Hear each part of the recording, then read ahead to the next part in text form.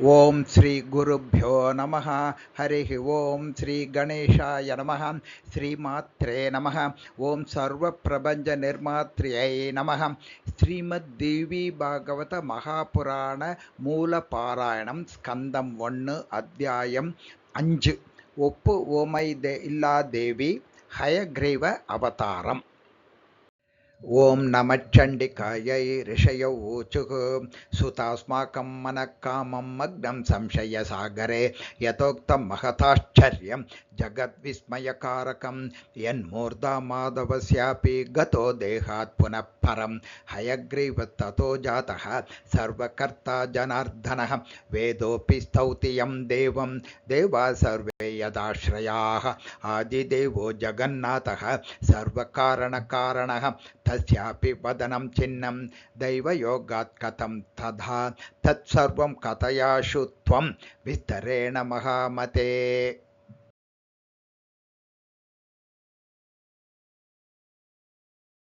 सूत उवाच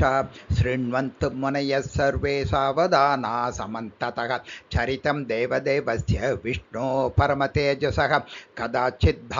युद्धं कृत्वा देवः सनातनः दशवर्षसहस्राणि परिश्रान्तो जनार्दनः समे देशे शुभे स्थाने कृत्वा पद्मासनं विभुः अवलभ्य धनुत्सज्जं कंठदेशे धरास्थितं दत्वा भारं धनुष्कोट्यां निद्रामाप रमापतिः श्रान्तत्वाद्धैवयोगाच्च जातस्तत्रातिनिद्रितः तथा कालेन क्रियता देवा सर्वे सवासवाः ब्रह्मे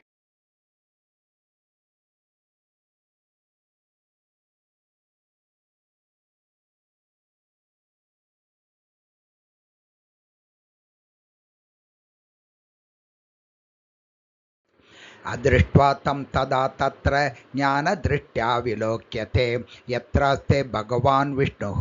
जग्मुस्तत्र तदासुराः तदृशुस्ते तदेशानं योगनिद्रावशं गतं विचेतनं विभुं विष्णुं तत्रासाञ्चक्रिरे सुराः स्थितेषु सर्वदेवेषु निद्रासुप्ते जगत्पतौ चिन्तामापुः सुराः सर्वे ब्रह्मरुद्रपुरोगमाः तानुवाच ततः शक्रः किं कर्तव्यं सुरोत्तमाः निद्राभङ्ग कथं कार्यः चिन्तयन्तु सुरोत्तमाः तमुवाच तदा शम्भुः निद्राभङ्गेऽस्ति दूषणं कार्य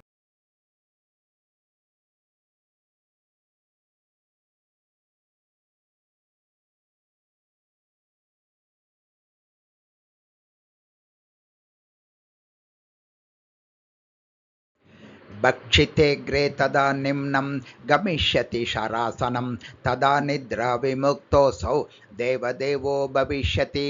देवकार्यं तदा सर्वं भविष्यति न संशयः स वम्रीं सन्धिदेशात्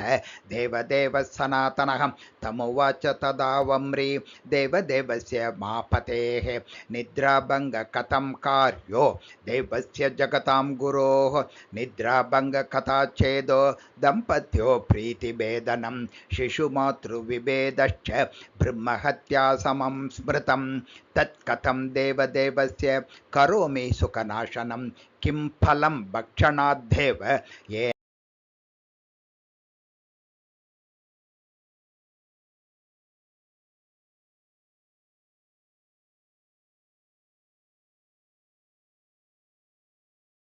ब्रह्म उवाच तव भागं करिष्यामो मह्यमध्ये यथा शृणु तैनत्वं कुरु कार्यं नो विष्णुं बोधयमाचिरं होमकर्मणि पार्श्वे च हविर्धानात् पतिष्यति तत्ते भागं विजानीहि कुरु कार्यं त्वरान्विता सूत उवाच इत्युक्ता ब्रह्मणा वम्री धनुषोग्रं त्वरान्विता चकाद संस्थितं भूमौ विमुक्ता तदा भवत् प्रत्यञ्छायां विमुक्तायां मुक्ताकोटिस्ततेतरा शब्दः समभवत् घोरः तेन त्रस्तासुरास्तदा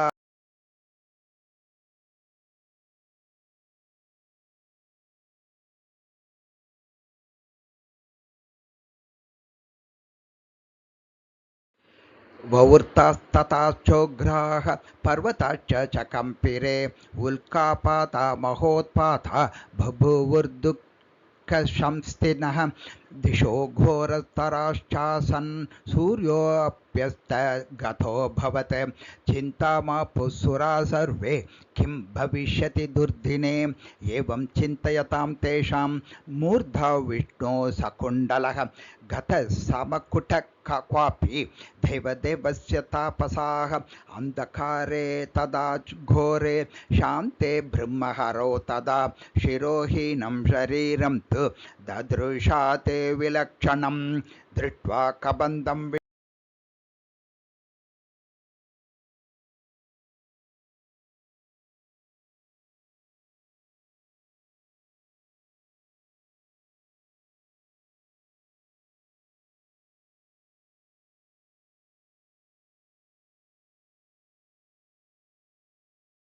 मायेयं कस्य देवस्य यया तेद्य शिरोहृतम् अच्छेद्यस्वमभेद्योऽसि अप्रदाह्योऽसि सर्वदा एवं गते त्वयि विभो मरीष्यन्ति च देवताः कीदृशस्त्वयि न स्नेहः त्वार्तेनैव रुदामहे नायं विघ्नकृतो दैत्यः न यक्षैर्न च राक्षसैः देवैरेव कृतस्तस्य दूषणं च रमापते पराधीना सुरा सर्वे किं कुर्म क्व व्रजाम च शरणं चैव देवेश सुराणां मूढचेतसां न चैषा सात्विकी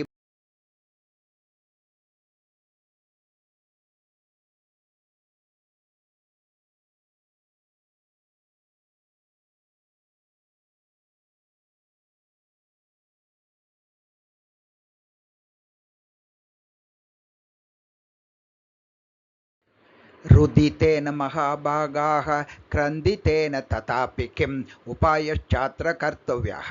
सर्वथा बुद्धिगोचरः दैवं पुरुषकारश्च देवेश शत्रुषा उभौ उपायश्च विधातव्यो दैवात् फलति सर्वथा इन्द्रोवाच दैवमेव परं मन्ये दिक्पौरुषमनर्थकं विष्णोरपि शिरच्छिन्नं सुराणां चैव पश्यतां ब्रह्मोवाच अवश्यमेव भोक्तव्यं कालेनापादितं च यत् शुभं वाप्यशुभं वापि दैवं कोऽतिक्रमेत् पुनः देहवान् सुखदुःखानां भोक्ता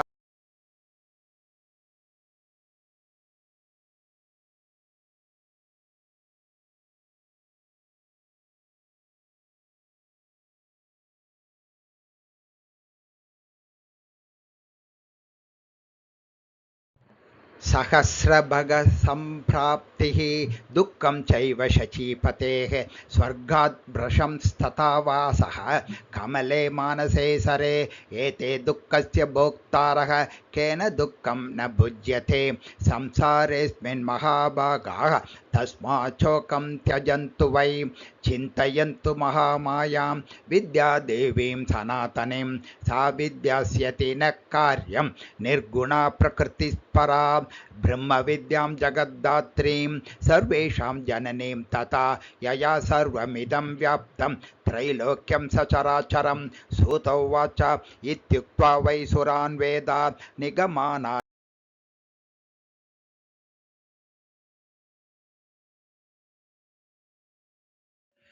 ब्रह्मोवाच स्तुवन्तु परमां देवीं ब्रह्मविद्यां सनातनीं गूढाङ्गीं च महामायां सर्वकार्यार्थसाधनीं तच्छ्रुत्वा वचनं तस्य वेदा सर्वाङ्गसुन्दराः तुष्टुवज्ञानगम्यां तां महामायां जगत्स्थितां वेदा ऊचुः नमो देवी महामाये विश्वोत्पत्तिकरे शिवे निर्गुणे सर्वभूतेषि मातः शङ्करकामदे त्वं भूमि सर्वभूतानां प्राणा प्राणवतां तथा धी श्रीः कान्ति क्षमा शान्तिः श्रद्धा मेधा धृति स्मृतिः त्वद्मुद्गीतेऽर्थ अर्धमात्रासि गाय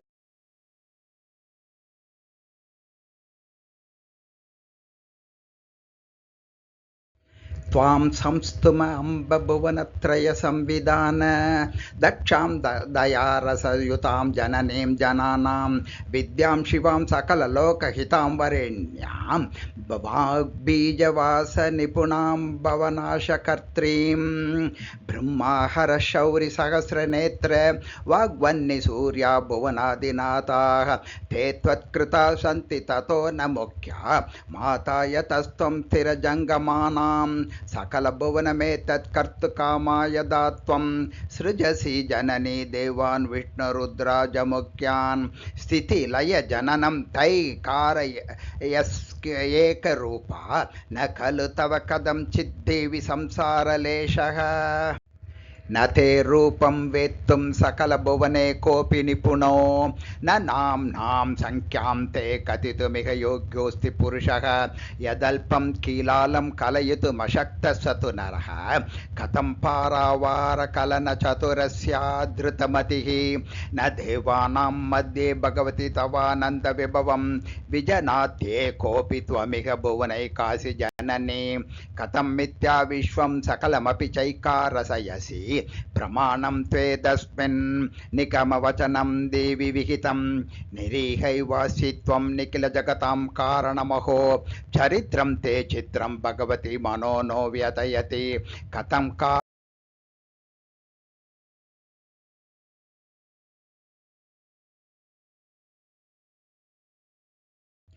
न किं जानासि त्वं जननी मधुजिन्मौलिपतनं शिवे किं वा ज्ञात्वा विविदिशसि शक्तिं मधुजितः हरे किं वा मातर्धुरितततिरेषा बलवती भवद्भ्या पादाब्जे भजननिपुणे क्वास्ति दुरितम् उपेक्षा किं चेयं तव सुरसमूहेति विषमा हरेर्मोद्नो नाशो मदमिह महाश्चर्यजनकं महद्दुःखं मातस्त्वमसि जननच्छेदरुचिकुशला न जानीमो मौलेर्विकटन विलम्ब कदमभूत् ज्ञात्वा दोषं सकलसुरतापादितं देवि चित्ते किं वा विष्णावमरजनितं दुष्कृतं पतितं ते विष्णु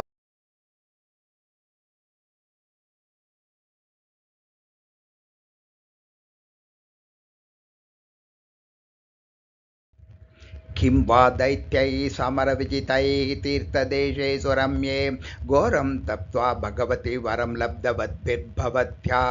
अन्तर्धानं गमितमधुना विष्णुशीर्षं भवानी द्रष्टुं किं वा विकतशिरसं वासुदेवं विनोदः सिद्धो पुत्र्यां रोषिता किं त्वमाध्ये कस्मादेनां प्रेक्षसे नादहीनां क्षन्तव्यस्ते स्वां सजातापराधो व्युत्थाप्यैनं मोदितां मां कुरुष्व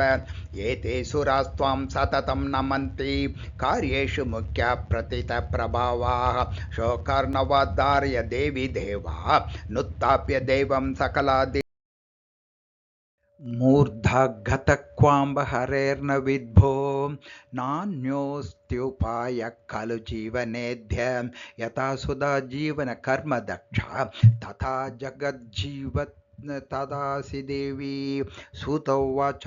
एवं स्तुता तदा देवी गुणातीता महेश्वरी प्रसन्न परमा माया वेदैः साङ्गैश्च साग्मगैः तानुवाच तदा वाणी च आकाशास्ता शरीरिणी देवान् प्रीतिसुखैः शब्दैः जनान् नन्दकरी शुभा मा कुरुध्वं सुराश्चिन्तां स्वस्ता तिष्ठन्तु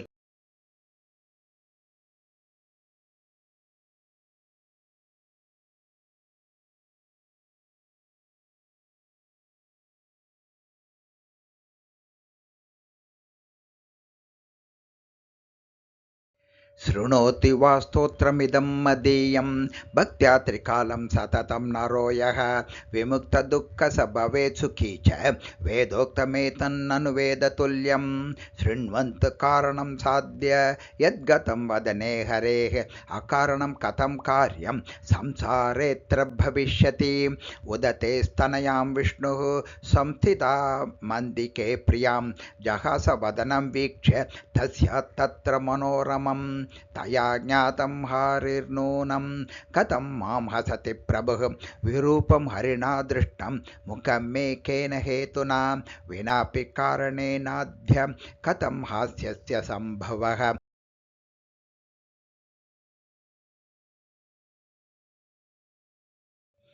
ततः कोपयुता जाता महालक्ष्मी तमोगुणा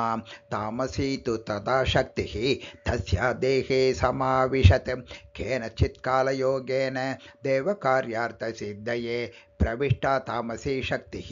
तस्या देहेति दारुणा तामस्याविष्टदेहा साचुकोपाधि स्वयं तदा शनकै समुवाचेदम् इदं पदतु ते शिरः स्त्रीस्वभावाच्च भावित्वात् कालयोगात् विनिर्गतः अविचार्य तथा दत्तः शापस्वसुखनाशनः सपत्नीसम्भवं दुःखं वैधव्यादधिकं त्विति विचिन्त्य मनसेत्युक्तं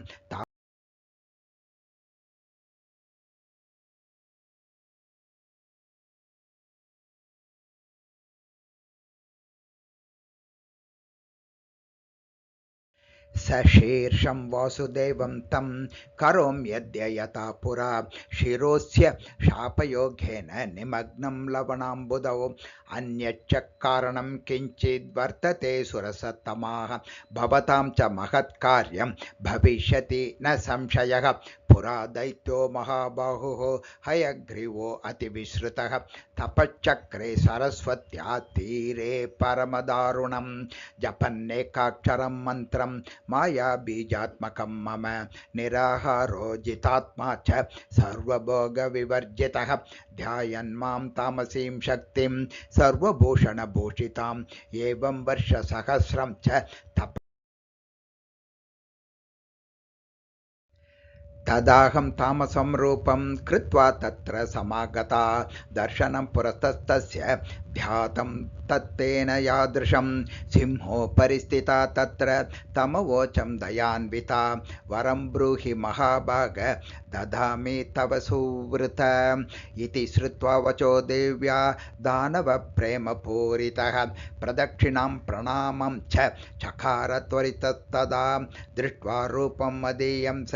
प्रमोत्फुल्लविलोचनः हर्षाश्रुपूर्णनयनः तुष्टाव स च मां तदा हयग्रीवोवाच नमो देव्यै महामाये सृष्टिस्थित्यन्त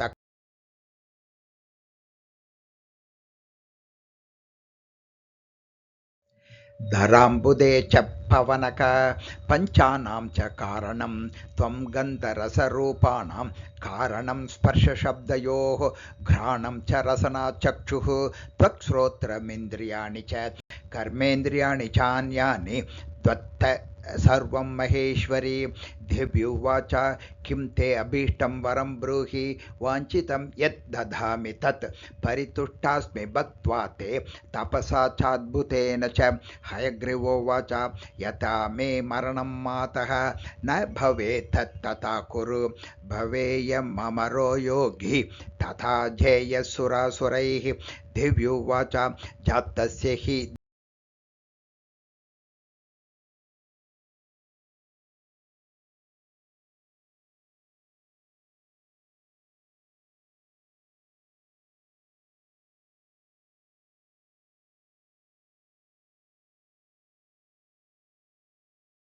हयग्रीवोवाच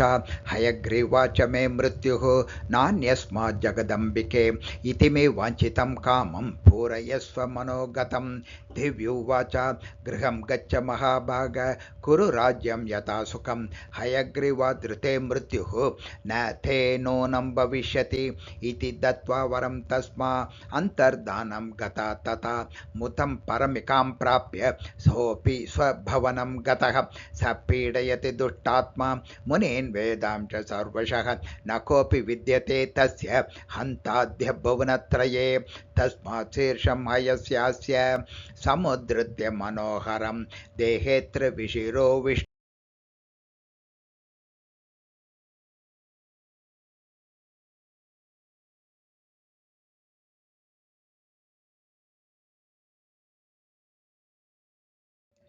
सूत उवाच एवं सुरांस्तदा भाष्य शर्वाणि विररामः देवस्तदादिसन्तुष्टाः तमोचुर्देवशिल्पिनं देवावोचुः कुरु कार्यं सुराणां वै विष्णो शीर्षाभियोजनं दानवप्रवरं दैत्यं हयग्रीवो हनिष्यति सूत उवाच इति श्रुत्वा वचस्तेषां त्वट्टाचादिद्वारान्वितः वाजिशीर्षं च कर्ताशु खड्गेन सुरसन्निधौ विष्णो शरीरे तेनाशु योजितं वाजिमस्तकं हयग्रीवो हरिर्जातो महामाया प्रसादतः कियता तेन कालेन दानवो मददर्प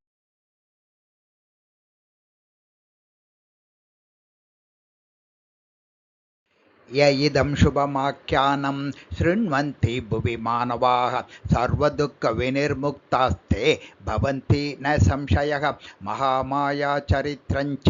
पवित्रं पापनाशनं पठतां शृण्वतां चैव सर्वसम्पत्तिकारकम् इति श्रीमद्देवी भागवतमहापुराणाष्टादशसाहस्र्यां संहितायां प्रथमस्कन्धे हयग्रीवावतारकथनं नाम पञ्चमोऽध्यायः। ओं श्री जगदम्बार्पणमस्तु।